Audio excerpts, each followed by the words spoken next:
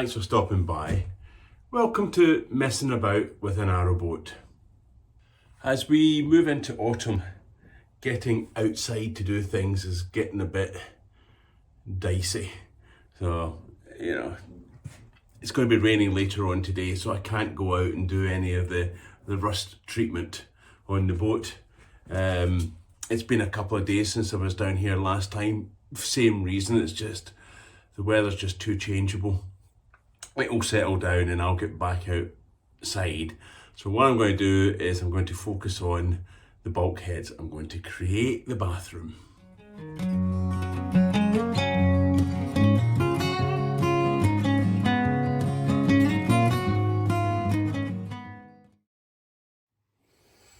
Now, when we first started doing the boat, the first thing I did was create a centre line. I measured the boat and made sure that we drew a line down the middle. Now that we've got all the lining up, I've double checked that line and it's all good. So I'm quite happy that I've got a centre line and I've got somewhere that I can level off of or get a straight line off of. Now, I've never built a bulkhead before. This is going to be interesting, but as we kind of all know that there's no way that you can use things like a laser level in a boat. It's not straight. The only thing that we know is absolutely straight is the floor. And I say straight rather than level because currently our boat is sitting nose down like that, so I can't use a laser level because it will be all wrong. So the only thing you can do is measure off of the floor and use your floor and your centre line as a datum and use good old squares to make sure everything's right. So from our design, our bathroom starts here and we're going to have a centre door. When I first looked at it, I thought, yeah, standard door sizes are this. But since we've gone through, you've realised that actually standard door sizes just ain't going to fit on a narrowboat. So we found a door that works. Could I make my own door? No. No. But we found a supplier that do kind of 2 foot wide doors, and that will work really well. So in theory, you've got 2 foot and then 2 foot and 2 foot, but with all the lining and stuff, that doesn't work. There are certain other things to take into consideration. So we're going to have our stove here.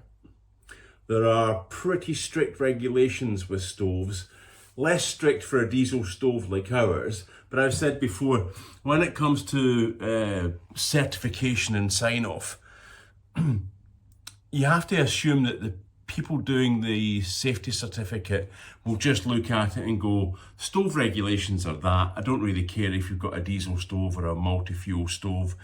That's the regulations. That's the hearth size that you need. That's the spacings that you need.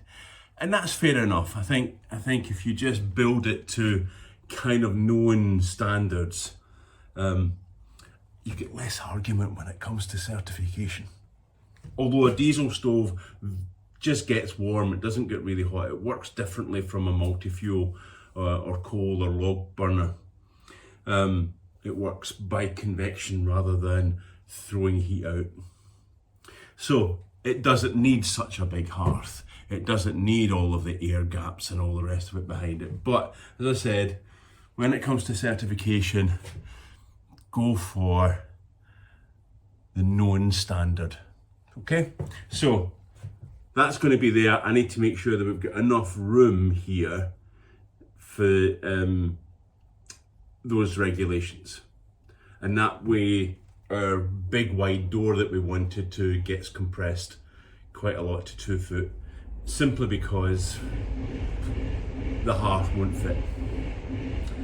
Similarly, we're going to have a toilet here, and there are sizes for the toilet, so I've been measuring out and making sure that the toilet fits just.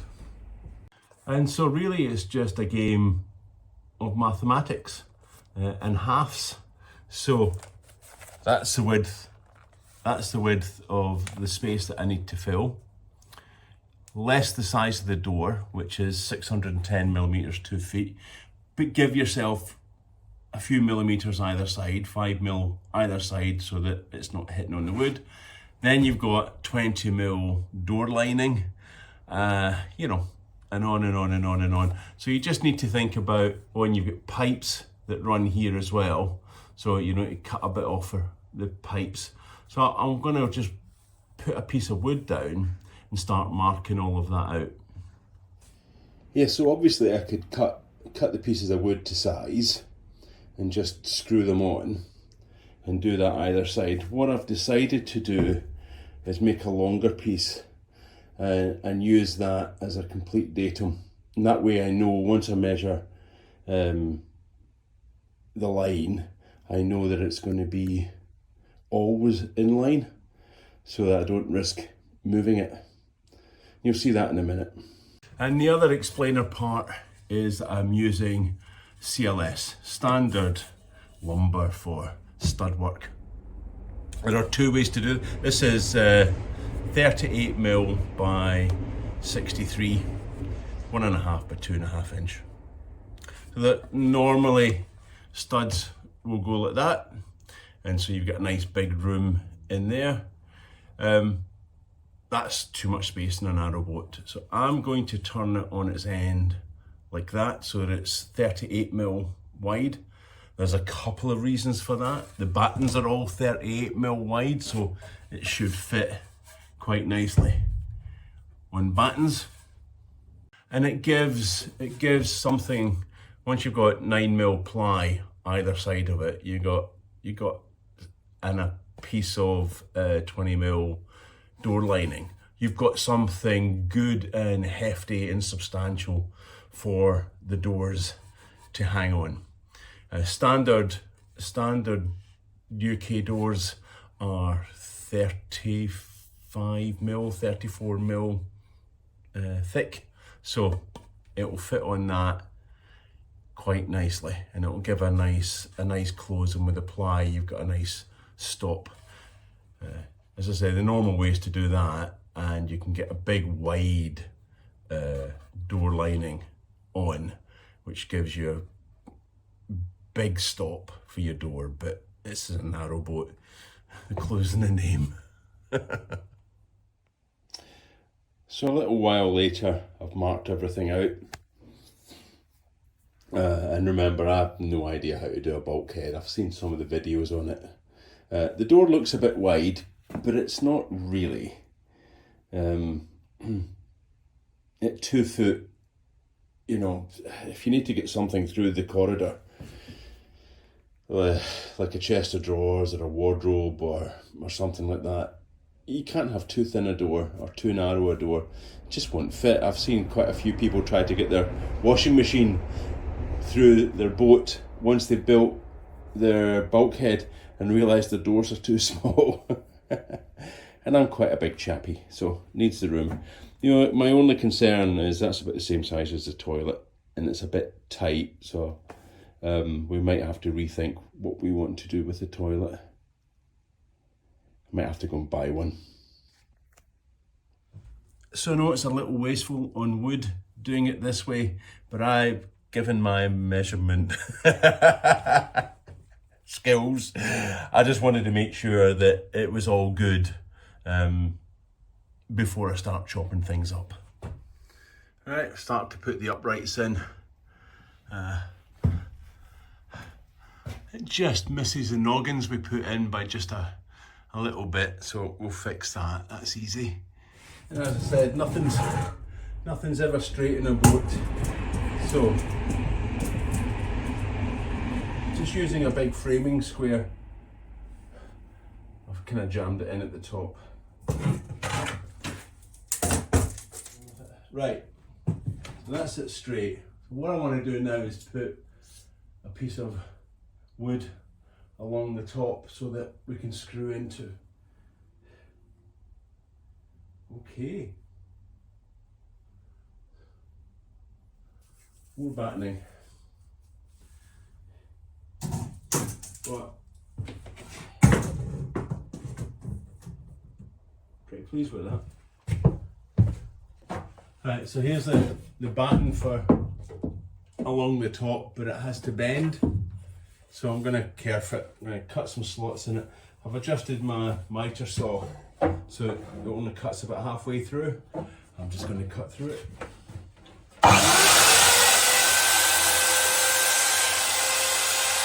Right, there we are. Unfortunately my batten broke. Not that I cut the kerfs too deep, as it actually split right across a knot and snapped in half. That was really annoying, but doorpost is in. Quite happy with that. I'm just working my way through it.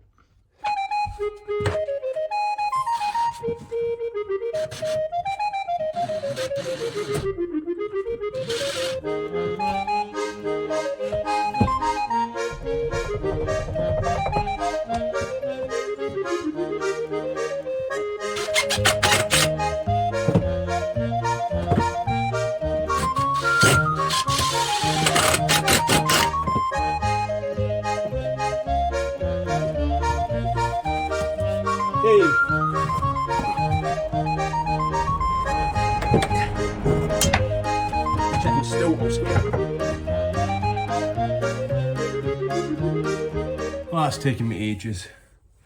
I didn't film it so much because, well, I didn't want to stuff it up while I was doing it, so I was focusing. But that is my first straight edge in, making up the start of the door. I've just got to put some battens on the side, but I left the wood at home. That's because I thought I was going to be painting the outside today. And that's the first side beam done. It has taken me a little while just to get that straight and make sure that there's a gap for our plumbing. Just to make sure that all lines up has been, well, I think I'm just being overcautious and just making absolutely sure. It would be terrible if it wasn't right.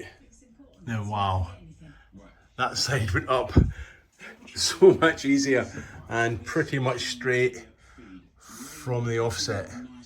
I'm learning. And that's the other bulkhead post in. It's slightly off centre, off square at the bottom, which I really don't understand. So what I've done is I've gone up and I've measured the distance between each one, various points along the way, and it's the same distance. So I'm not quite sure why that's off. I think the floor's a bit beveled, the plywood floor, from when it was untreated, when it went down initially, because it does rock. The squared rocks a little bit on it. So I think that side is perfectly square with that corner, and the distance between the things are exactly the same. So I think that's good enough.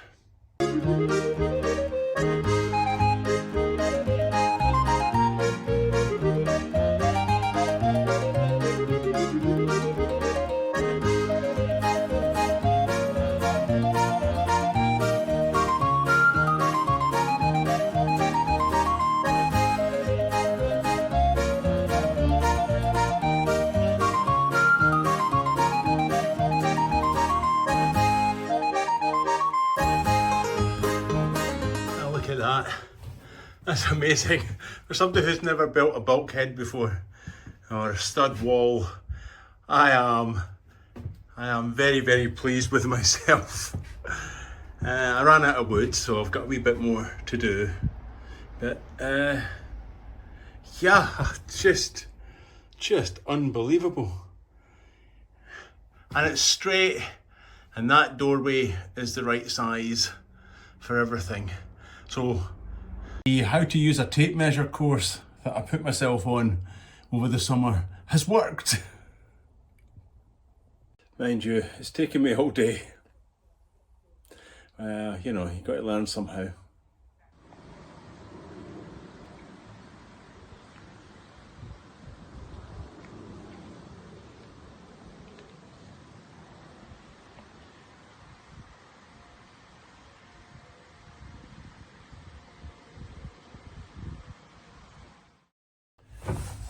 Another day back at the boat.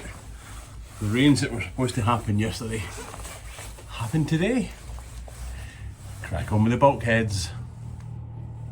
Right, sometime later, I've got the remaining batten in. Oh, and I took an off cut of the one of the ply sheets, and I made a very long level or square, so I can hold it up and I know that it's square the whole length, which turned out to be quite a handy thing to do, really.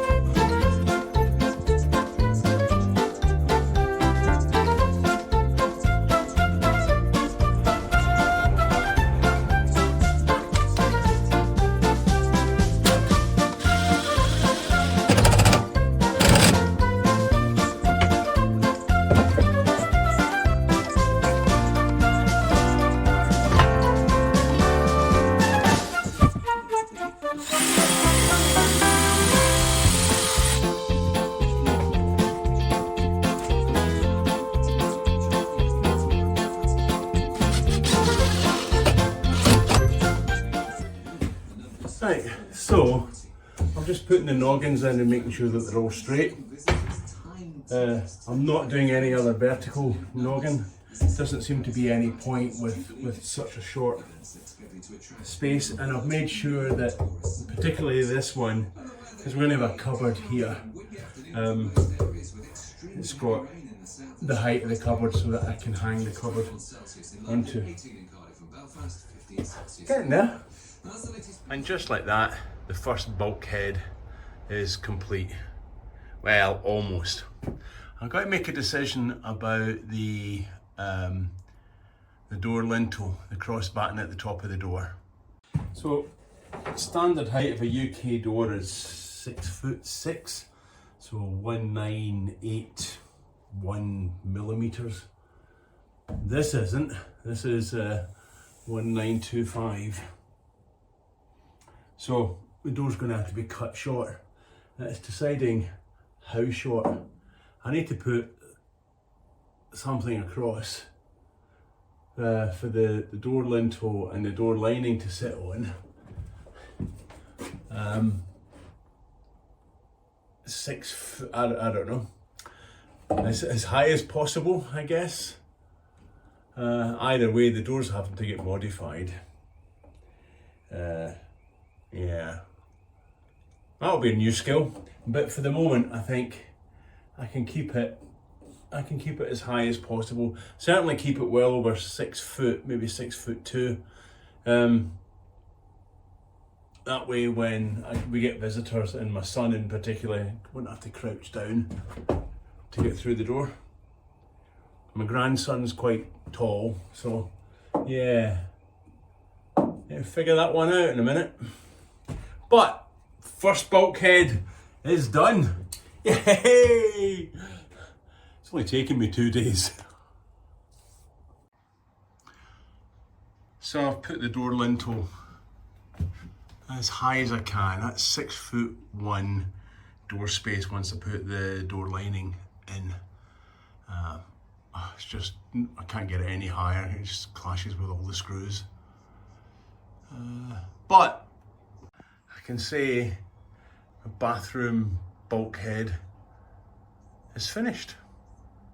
Time for the obligatory celebratory cup of coffee and then a tidy up, and then we'll move everything that's up the back to the front and I'll get on with the other side. Time to start the other bulkhead. So absolutely the same dimensions as before, however it's a bit more complicated. Yes, I'm sitting trying to figure it out. The saloon entry is relatively straightforward in terms of sizing. You know, it's that width and half for a third for the door, third for either side, more or less. Just take the size of the door off and what you're left with is what you're left with. But the other way around is a bit more difficult because the door's over on this side and I have to leave enough room for the shower and the door lining.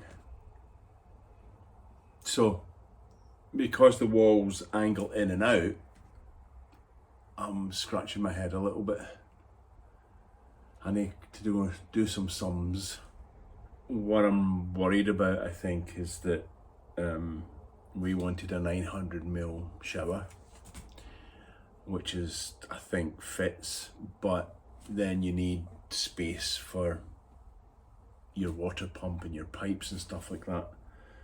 I've been sitting here thinking, oh, how do you do that then? Not so much how do you do it, what are the sizes? That's what's confusing me. Just getting all the sizes right, because this is the one area I really don't want to stuff up. Well, 3 cups of coffee later and I'm still scratching my head. I think I'll call it quits for today, because we'll end up in a high because I've done that bulkhead and I am really quite chuffed. I'm so chuffed I might break my diet and go for a McDonald's. No, won't be allowed. No, won't be allowed. Hey ho. Anyway, so I'm going to go away and watch some YouTube videos. I've watched them before and it made lots of sense, and now that I've come to do it, it makes absolutely no sense whatsoever. Oh dear. Right, mathematics time. So I've had a good old think about things overnight. Watching YouTube videos at 3 a.m. meant I started a bit late today. I've kind of got the idea of what I'm going to do, but I'm just been spending ages measuring things out.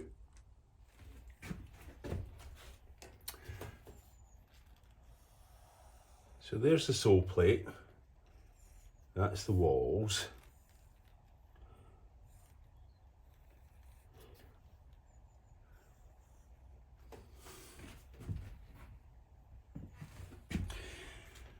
Now, really want the door to go here. And we need space in here for the shower pump and the shower connections and the pipes and all that sort of stuff. Roma said, is there a way we can put like little shelves in here? So that's going to be quite wide. If we take this side, my original idea was to run a bit straight down there so that the door is straight. We don't have to cut it. And then that leaves this bit here for the shower tray. So we know that door is 610 plus 5 and 5 just because you need a gap, so 620. and then 20 for the door lining, which brings it up to 660 millimeters. I know that that's 900 mil, but I don't know how much that is going to be. And I know that my total space along that base plate is 1770.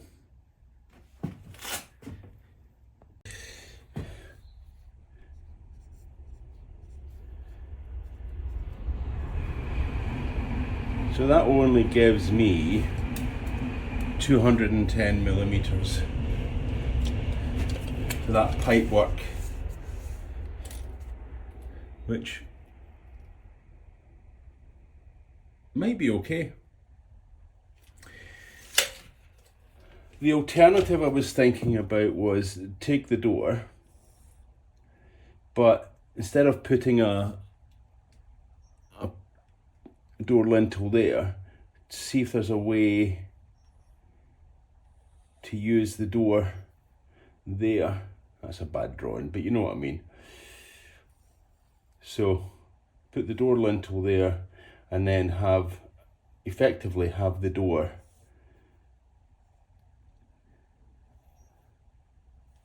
that shape.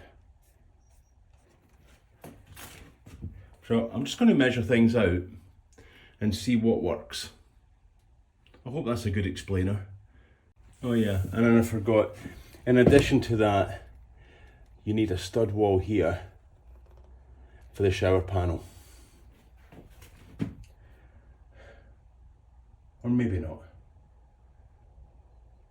But it's certainly, you're certainly going to get 9 millimeter for that ply lining, and I don't know, 50 millimeter for a shower panel. So all of that just reduces the size quite a lot. So I'll put the bulkhead sole plate down, and I know it's all square, right? It's all level, and I've measured the distance between the sole plate of this bulkhead and the sole plate of the other end right along, and it's exactly the same. So I know that even if it's ever so slightly not square, but it is, at least it's absolutely parallel with the other side of the bathroom. And so I've put some tape, masking tape on that sole plate. You can tell I've been watching YouTube videos. I now know the name of that thing. Anyway, so I've put some masking tape on so that while I'm figuring out with the numbers, I'm not taking my nice bit of wood and making all sorts of weird lines on it. I'll do all the trials out on that masking tape. So I've put a bit of wood up. It's nice and square and all the rest of it. And that would represent the door lintel. So the door would close onto that. But you can see, yeah, I can see it straight away. You can see how much space I lose. It's a huge amount of space. Now, okay, you know, I've got quite a big belly. Shoving it up against stairs, probably a bit risky. But yeah, so what I'm going to do now is I'm going to work across and we'll measure everything out. So I'll measure the 660 and then the 900 and then see what I'm left with. And straight away you can see that's just not going to work. Right. I have to rethink some of this. I'm not even sure if the door's going to work. Now I hope you don't mind me doing all this thinking out loud on camera. You might find it interesting, you might find it just rubbish and I have no idea what I'm talking about. Well, I have no idea what I'm talking about. So let's try a slightly different logic. We know the boat is, give or take, 6 foot wide.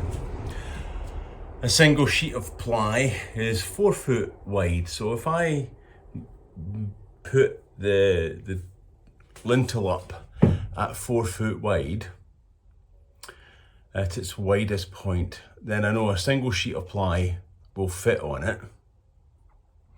And that should leave me 2 foot and a bit for the door. In theory. Let's try that one. Right, after a bit of jiggery pokery, that there represents the stud, and it is 4 foot, exactly 4 foot from the widest point. That leaves me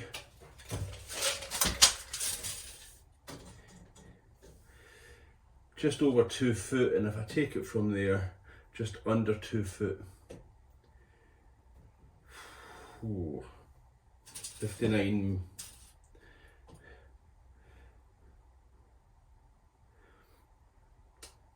But I can get through it. Okay, I have to turn on my side.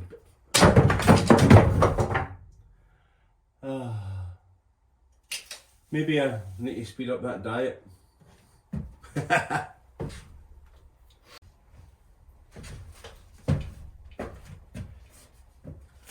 So once I put the lining up, I lose another 9mm off of that. And then if I put a door stop on that, let's call that another 9mm. You know, just something for the door to shut against. So that then starts to look like a challenge, because I want to make sure that I've got at least 600mm just to get things through, really. So 610mm is ideal. So that takes my 4 foot back a bit. So let me go and measure out the shower tray and stuff. So if I use my other idea and incorporate the door lintel, the door lining into the framework, there isn't enough room to run the pipes. There's no room in here to run the pipes, so it has to come out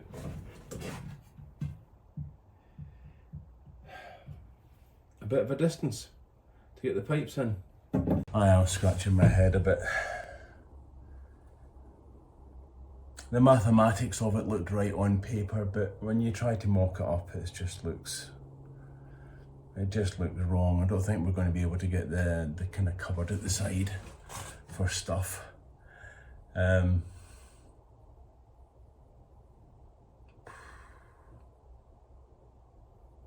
I don't know. Think about it a bit more. Let me know in the comments what you did or what you have in your bathroom and what the door is. That would be quite helpful. I'm not so sure I'm going to continue this on, because it's just frazzling my brain a bit. There's a logic to it that currently is not quite gelling in my head. Cheese and pickle sandwich and a can of iron brew later, and my brain is back to firing on 3.5 cylinders at least. So I came up with the idea of, if I run a straight batten down, and that gives me enough space for the pipe work and enough space for a door liner, and if I scribe it in to the angle of the wall, I can get it back quite a bit. Now I won't have a door lining on the upper half, I don't think. What I could do, but just a very small, thin 3 or 4mm decorative thing. But that gives me something for the door. And I'm thinking, because it's a bathroom, it needs a bathroom lock. So, you know, it needs to be able to get a door handle connecting into it. So I think I'm getting there. I'm going to measure. I think I'm going to have to compromise and go to an 800mm shower tray, or maybe an 800 by 900 quadrant if such a thing exists. But yeah, I think we're going to have to compromise on the shower tray. Really better lose weight then. So a little while later, actually that seems to work. Putting the angle onto the wood, and instead of having a batten and then the door lining, if I put the door lining as the batten, that will work and save me 20mm. I think it definitely needs an 800 shower unit, shower tray, which is okay. I think I probably just need to use soap on a rope, make sure I don't drop it in my backside, open the shower door. Oh, now there's an image, right? Oh, it's a Friday, I've had enough. Oh, I do like a bit of toilet humour. I think I'm going to nip down to the DIY store and stand in an 800 shower unit and just make sure that all's okay. Of course it'll be okay, I'm bloody joking. But if I go down to the DIY shop and have a step in one of the showers, I'll make sure that there are people passing, and then I'll bend over and burst the shower door open with my backside. I'll freak them out. It's Friday. In all seriousness, when we added the extra battens above the gunnels, I think we lost an inch, and that's impacted on things. I think compromises are not going to get that cupboard at the side, but I've been looking at it and think I can do some clever stuff there just to get some extra storage. Dropping the shower tray down to an 800 gives me wriggle room for the shower panels and the tiles, because that's going to take a board and then cement and then the tiles, and I know I could use one of those shower boards, but you know, still you're looking at 15 to 20mm of size for that. So dropping it down, I've got about 60mm to work with. So dropping it down to an 800mm tray, I think is the better option. It just gives me some flexibility rather than trying to be millimeter perfect in an environment that is pretty much impossible to be millimeter perfect. Yeah, so as I said, please let me know in the comments what you've done or what your thoughts were. That would be much appreciated. I'm not going to fit that bulkhead. I'd quite like to finish the day off and fit that bulkhead, but I think I'll wait for your comments. I'll just prep up all the wood and cut it to the right size and stuff. But I think, given that it fried my head a little bit with all the measurements, I'm going to write them all down. I'm going to let it rest for the rest of the day, and come back to it tomorrow, I think.